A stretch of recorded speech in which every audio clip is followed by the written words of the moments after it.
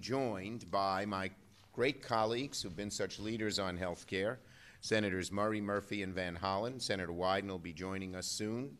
We have Brad Woodhouse of Protect Our Care, Rebecca Wood of the Little Lobbyists, and one of the little lobbyists herself, Charlie.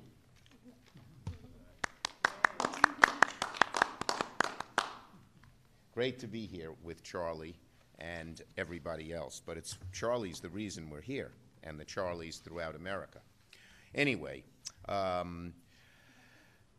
each day the Trump administration takes unilateral action to sabotage and systematically undermine our health care system. These actions range from suspending the risk adjustment payments on Sunday, which are designed to stabilize health insurance markets, to the action the administration took last night to deeply cut and fundamentally alter the Navigator funds, which are used to help people sign up for health care. Let me say this again. The president just decimated funding that helps people sign up for health insurance, cutting it to 1/6 of what it was 2 years ago. And probably the protection that's at the top of the list for Americans is the protection for people who have pre-existing conditions in their families. About 130 million Americans have a pre-existing condition or someone in their immediate family who does. And the last thing Americans want to do is go back to the days where an insurance company can tell you you can't get insurance, or your insurance rates are going so high you can't afford them because your kid is sick. It's an outrage. It's an outrage. And it's so against what all Americans believe, Democrat, Republican, Independent, in the red states, in the purple states, in the blue states. And Donald Trump doesn't dare talk about it. I'd like him to go to one of his rallies and say, we don't think that we should protect families with pre-existing conditions. We shouldn't protect families like Charlie's. He wouldn't dare say it. But I'll tell you what he will do. He'll sneak a Supreme Court justice onto the bench who will do just that. What the hard right, the Heritage Foundation, which vetted the list of the 25, has learned is they could never get America to go along with what they believe. They could never get the Congress, even when it's controlled by Republicans, to go along with what they believe. And so they use the one non-elected branch of government, Article 3, the judiciary, to sneak people onto the court who will then decimate Americans' health care. It is an outrage. And if they do it, they will reap the whirlwind, the electoral whirlwind, but not before so many people will be hurt. We feel a moral obligation to stop them, a moral obligation. No one on that list of 25 that the Heritage Foundation vetted will be for expanding health care or even keeping government involvement in health care. The Heritage Foundation, funded by a handful of rich, greedy people, led by the Kochs, who don't want to pay any taxes, wants to pull the government out of health care altogether. And their method of doing it is the Supreme Court. The American people don't want it, and we cannot let it happen. So today, we have a clarion call to the American people. Rise up before so many of you will no longer be able to get insurance because someone in your family is sick. Rise up before it's too late. And we are going to force Judge Kavanaugh to come clean. Will he protect pre-existing conditions? Will he protect Medicaid? Will he protect Medicare? We're not going to let him hide behind this. I'll respect existing law because we've been burnt too many times by Justice Roberts, by Justice Alito, by Justice Gorsuch, on case after case, where when they came before the Senate, they said they'll go for stick with pre-existing law, and then they radically and dramatically changed it as recently as in the Janus case. So the bottom line is very simple. There's probably nothing more vital to the American people that's at stake in the Supreme Court than the ability to protect families who have members with pre-existing conditions, to make sure they get affordable insurance and that the insurance company can't walk out on them or can't raise their rates to such a high extent that they can no longer afford it. We do not want to go back to a time when a mom with a child who has cancer can't get health insurance for that child. We cannot go back to that time. We will not allow ourselves to go back to that time. We will fight this nomination tooth and nail because Judge Kavanaugh, if he becomes Justice Kavanaugh, will hasten that horrible day. Senator Murray. Thank you so much. You know, families across the country really understand just how important the Supreme Court vacancy is to their rights and to their freedoms and their everyday lives. We're going to be talking about many of these, but today we're focusing on health care and upholding protections for patients with pre-existing conditions. We know where this nominee stands on these issues. It is not a mystery. We know this because President Trump told us exactly who he was going to nominate, and because he used unprecedented tests and a list from extreme right-wing groups to make this pick. As a candidate, President Trump criticized Chief Justice Roberts for not ending the Affordable Care Act when it came to the Supreme Court. He was crystal clear about his desire to put extreme conservative voices on the court and about his determination to find nominees willing to declare health care reform unconstitutional and cut off access for people with pre-existing conditions. Unfortunately, in Judge Brett Kavanaugh, President Trump has found exactly what he was looking for: someone who will put extreme right-wing ideology ahead of patients' access to their health care. Judge Kavanaugh openly criticized Justice Roberts for saving the Affordable Care Act, and he suggested the D.C. Circuit Court should consider a claim that the law was unconstitutional using an argument his colleagues on the bench labeled a flawed misread of precedent. This extreme nominee is just the latest proof that while President Trump has broken so many promises he's made to families across the country, he is not wavering on his promise to far-right special interests or in his commitment to sabotaging health care and especially women's access to health care. President Trump has not hesitated to slash investments that help people get their care, expand loopholes to sell junk plans, or champion policies that raise health care costs and weaken consumer protections. The Trump administration even took the appalling step of abandoning patients by refusing to defend pre-existing conditions protections in court, in a case the next Supreme Court justice could rule on. So while it's deeply disappointing, it is sadly unsurprising that he has nominated someone now to the Supreme Court who has already demonstrated he will help take away families' care from the bench.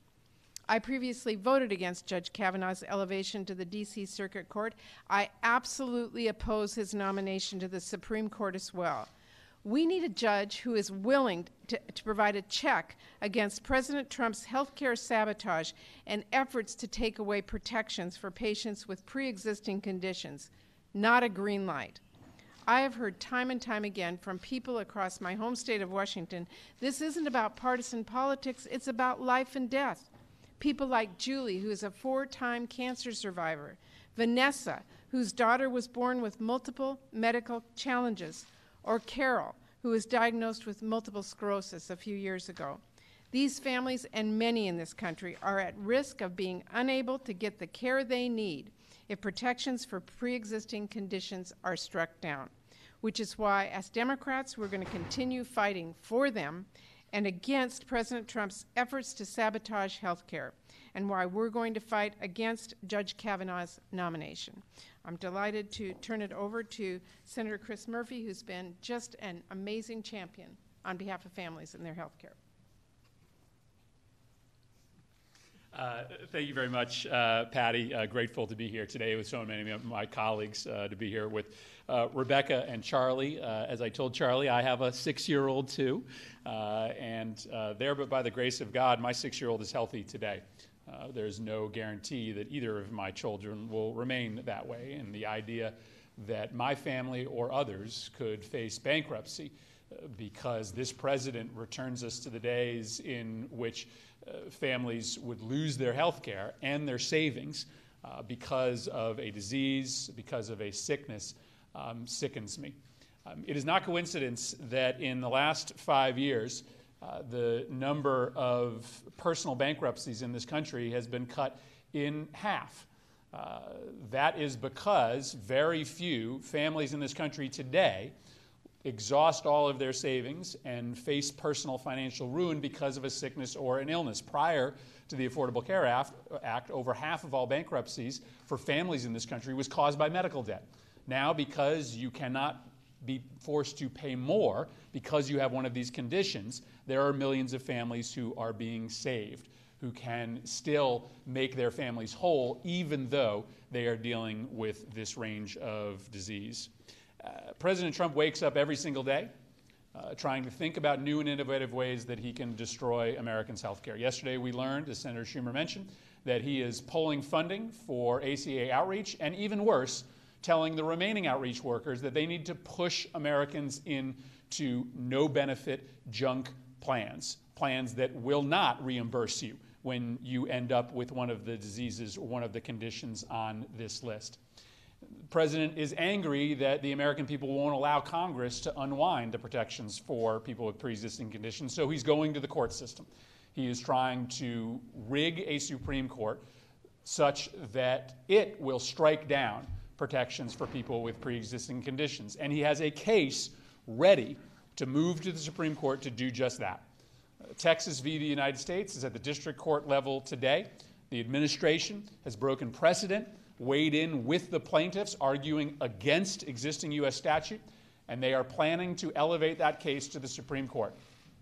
They will have, if Trump gets this nominee, a Supreme Court ready to rule against families with pre-existing conditions. And I have no doubt that Judge Kavanaugh will rule against the government in favor of the plaintiffs in Texas v. United States if that case reaches the Supreme Court, because he has given clear signals about what his feelings about the Affordable Care Act are. Senator Murray referenced his novel dissent in an Affordable Care Act case. In 7 Sky, a D.C. Circuit Court case, Judge Kavanaugh dissented, writing that the powers in the Affordable Care Act are, quote, unprecedented on the federal level in American history. He predicted that if it was not checked by the courts, the Affordable Care Act would, quote, usher in a significant expansion of congressional authority with no obvious principled limit. He is clearly telegraphing in that decision that if elevated to the Supreme Court, he will be that limit. He will take away from families protections against pre-existing condition discrimination. That is part of the reason why the Federalist Society, why the Heritage Foundation was so enthusiastic about his nomination, because they know that if Judge Kavanaugh gets on this court, that is their best chance to unwind protections for people who have been saved from personal bankruptcy over the course of the last half a decade by the protections in federal law. And that is why we have to rally all of America against this judge and against this nomination. Today, my 6-year-old is healthy, but there's no guarantee that he remains that way. I want to make sure that the protections that Charlie and her family have been afforded remain there for my family and so many others, and that's why I'm glad to join my colleagues here today. And with that, let me introduce Senator Van Hollen. Thank you, Senator Murphy. And here's what we know. We know that access to affordable health care is a top concern for Americans around this country in every state, like Rebecca and Charlie and hundreds of millions of other of our fellow Americans, a top concern. We saw that in a Gallup poll that was done not that long ago.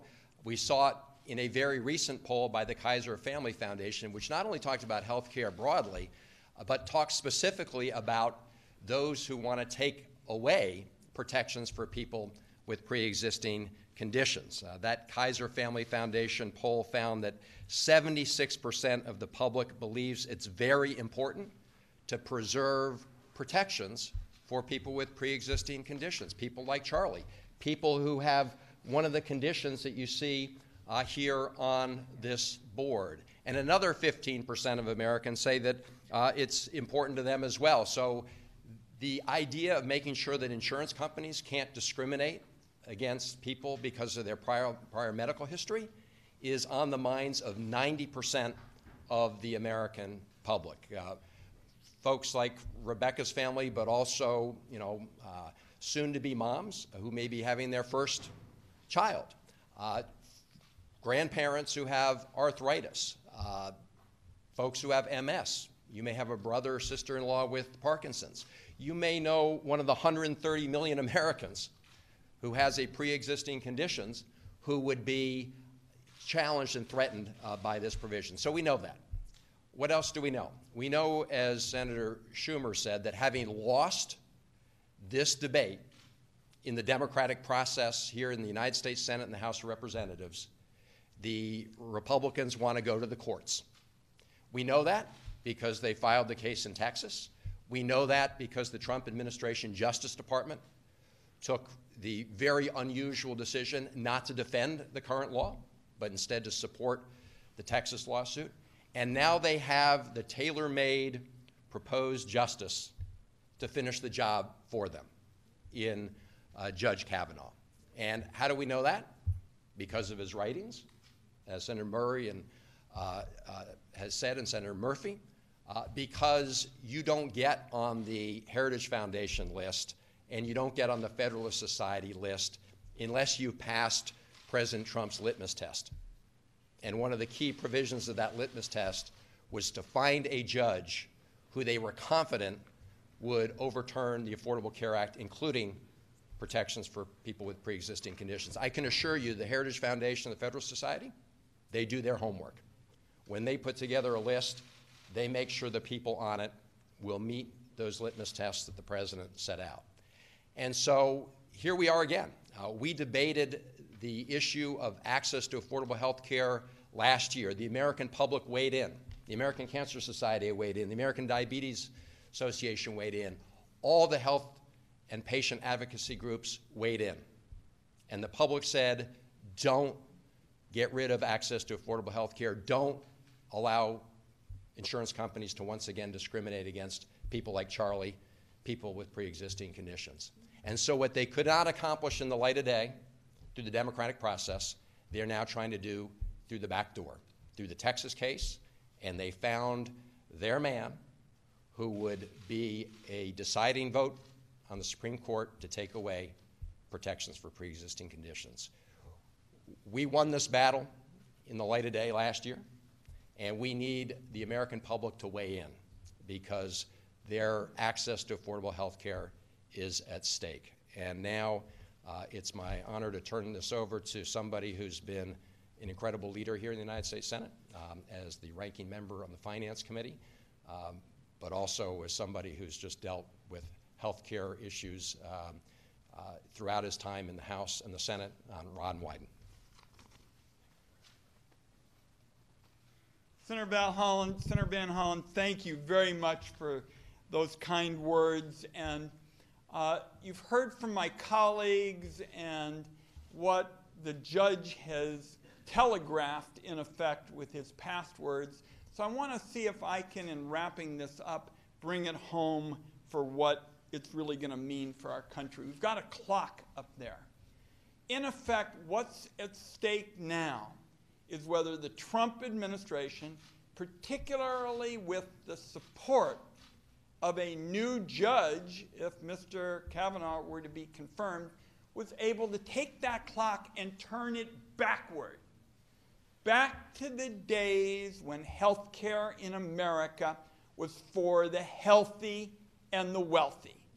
And that is what you get if you allow a return to discrimination for those who've had an illness. Because if you're healthy, you have nothing to worry about. If you're wealthy, you can write out checks.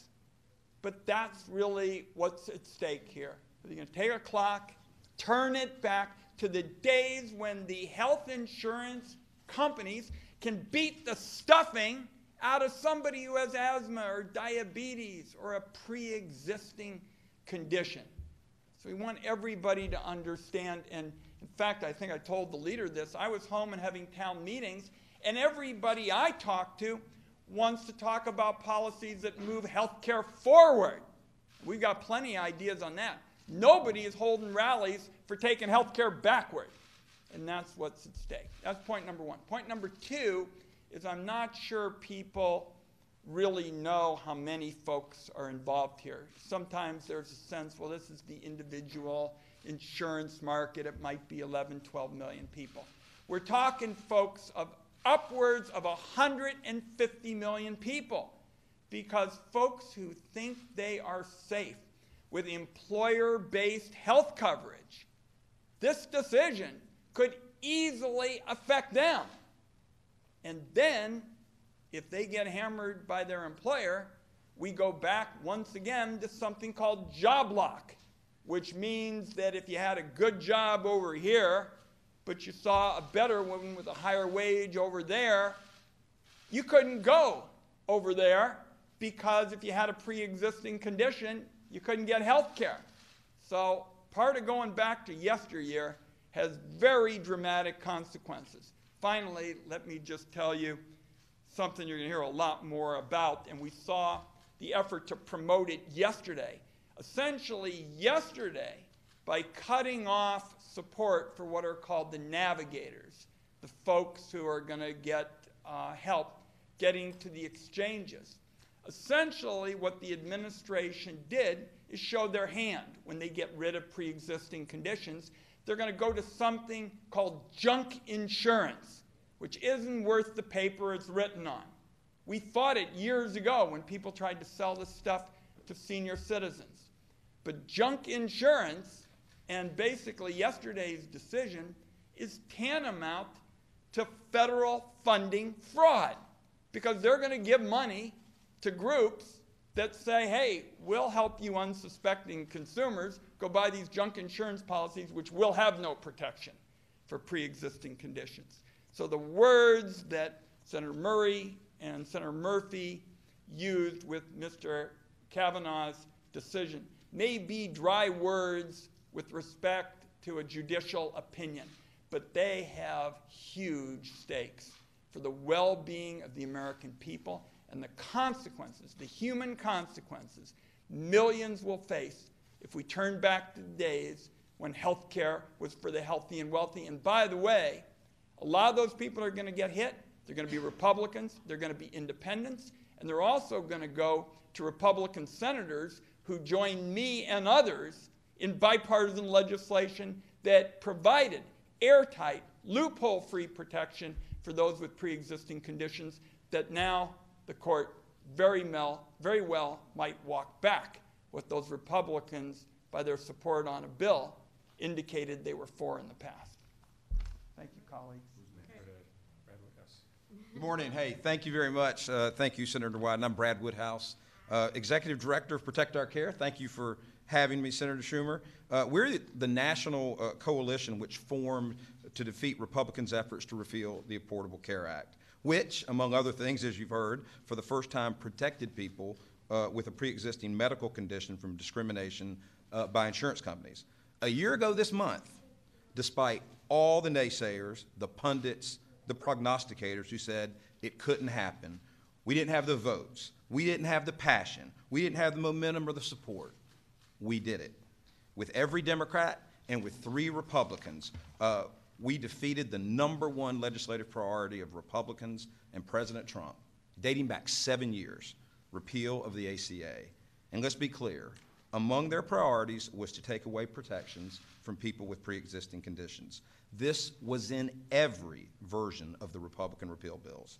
If we hadn't stopped them, it would have been devastating to people like Diane Decker, a leukemia survivor from Alaska, who couldn't find anyone to insure her when she was starting her own business before the Affordable Care Act was enacted, and later had the threat of lifetime maximum limits looming when she and her premature newborns were in the hospital. Or Alice Ornella from Maine, whose coverage through the Affordable Care Act was a lifeline for her family after her son was born with congenital birth defects, and at just 2 days old, needed over $100,000 in medical care. But unbelievably, the campaign to repeal the protections that prevent insurance companies from charging more, denying coverage for people with pre-existing conditions, didn't end a year ago. President Trump and his allies have turned to enacting regulations, as you've heard, to bring back junk plans, to allow insurance companies to charge more for skimpy coverage. Now they've turned to the courts. First, as you've heard, they took the extraordinary step of opposing rather than defending the protections in federal law in the Texas case, and now Trump has nominated the activist judge Brett Kavanaugh to be a rubber stamp on his war on health care. This extreme judicial agenda of ripping health care away from millions of people and returning to a time when Americans are again at the whims of insurance companies must not stand, and for the help of the American people, we must defeat Brett Kavanaugh and keep him off the Supreme Court. Now, I've heard everyone say that this is not a doable proposition. They said the same thing about stopping the repeal of the ACA. I remember after the election, that'll be the first thing that Trump succeeds in doing, is repealing the Affordable Care Act. You can't stop him. You don't have the votes. Well, we did it. These people did it. 3 Republicans joined in doing it. Their majority's not what it was. And these are key issues in the key states in this race, and in this effort. And I can tell you this: we wouldn't protect our care, and our coalition partners wouldn't be investing resources in states all across this country, 14 states in our case, in ads, in field, in events, in digital, in all types of work, if we didn't think this was a winnable proposition. We must keep Brett Kavanaugh off this court. We must prevent the court from taking away people's health care, and that's what we're about to do. So with that, let me turn it over to, I think, the star of the show, Rebecca Wood and Charlie with Little Lobbyists. Charlie. Hi, my name's Rebecca Wood. I'm from Charlottesville, Virginia. And this is Charlie. Say hi. Okay. All right. You want to go take that to Lizzie? Go help Lizzie. Thank you.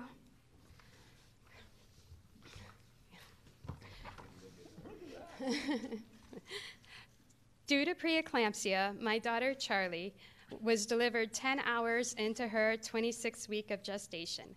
She weighed 1 pound and 12 ounces and was the size of my hand. Yeah. Charlie was strong and a fighter. After 3 months in the NICU, she was well enough to come home. Once home, the diagnoses arrived one after another. She required specialists, medications, orthotics, therapies, specialty formula, and more. Prior to the ACA, Charlie would have been uninsurable. Her birth is a pre-existing condition, and she would have exceeded a lifetime cap before ever coming home the first time. Because the protections provided by the ACA, we were able to access the medical services she needed. Charlie is 6 now. With the medical care she received, she not only survived, but she is thriving. She loves climbing trees, princesses, animals, and singing very loudly. Pre-existing condition protections put an independent adult life within her reach. Without these protections, I fear for what lies ahead for our family. Bit by bit, we would lose what very little we have as we scramble to provide Charlie with the most basic care. Our hopes and dreams for her would be abandoned as we struggled for mere survival. I worry she'd lose any chance she has at an independent adulthood. It's heartbreaking that after everything she's been through and all that she's overcome, bad policy could be what stops her. What kind of country is this that I have to beg for my baby's future? My daughter's name is Charlie. The ACA gave her a chance. Protections for those with pre-existing conditions made a bright future possible. I'll not stand by while that future is stolen. We're not asking for much. We're simply asking for access to health care. Thank you. Well, there's nothing more to say.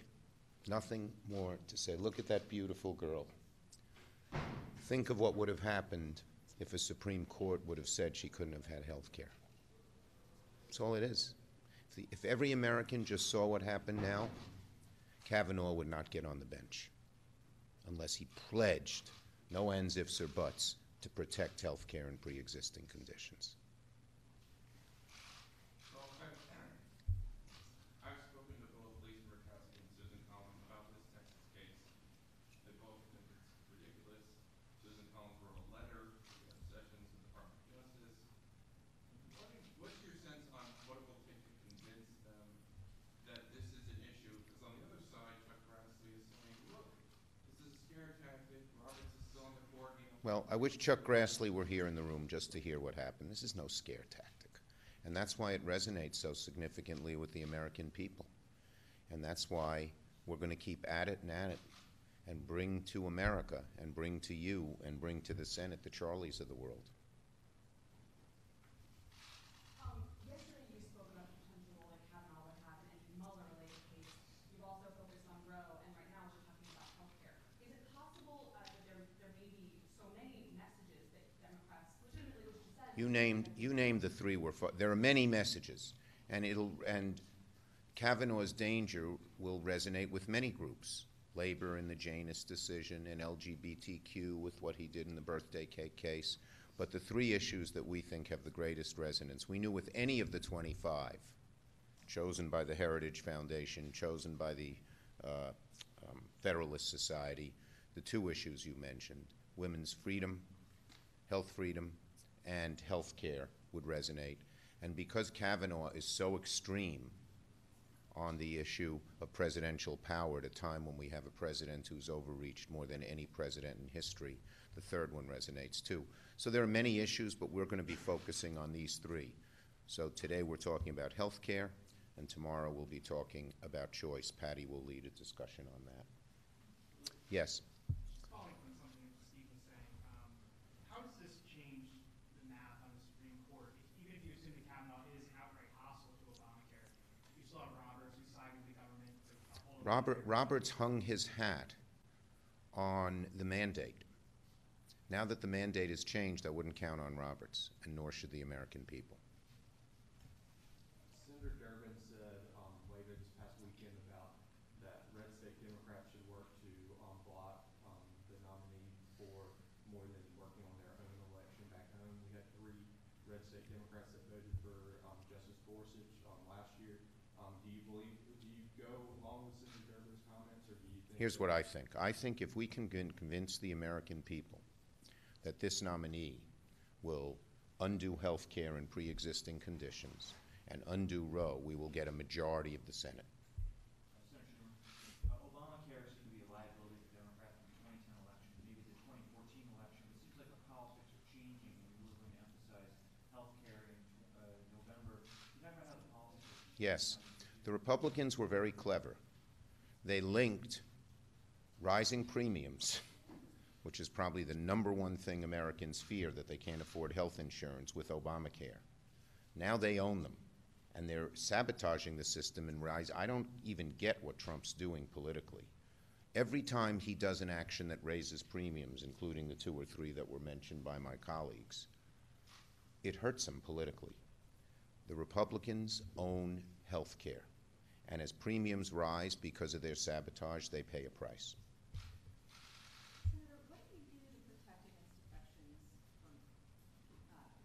I answered that question in reference to what this gentleman said.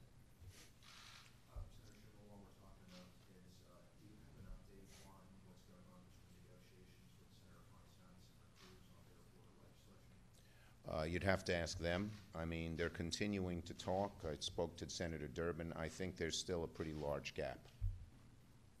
Yes? The U.S. is running a record trade deficit with China of $152 billion in the first 5 months of this year.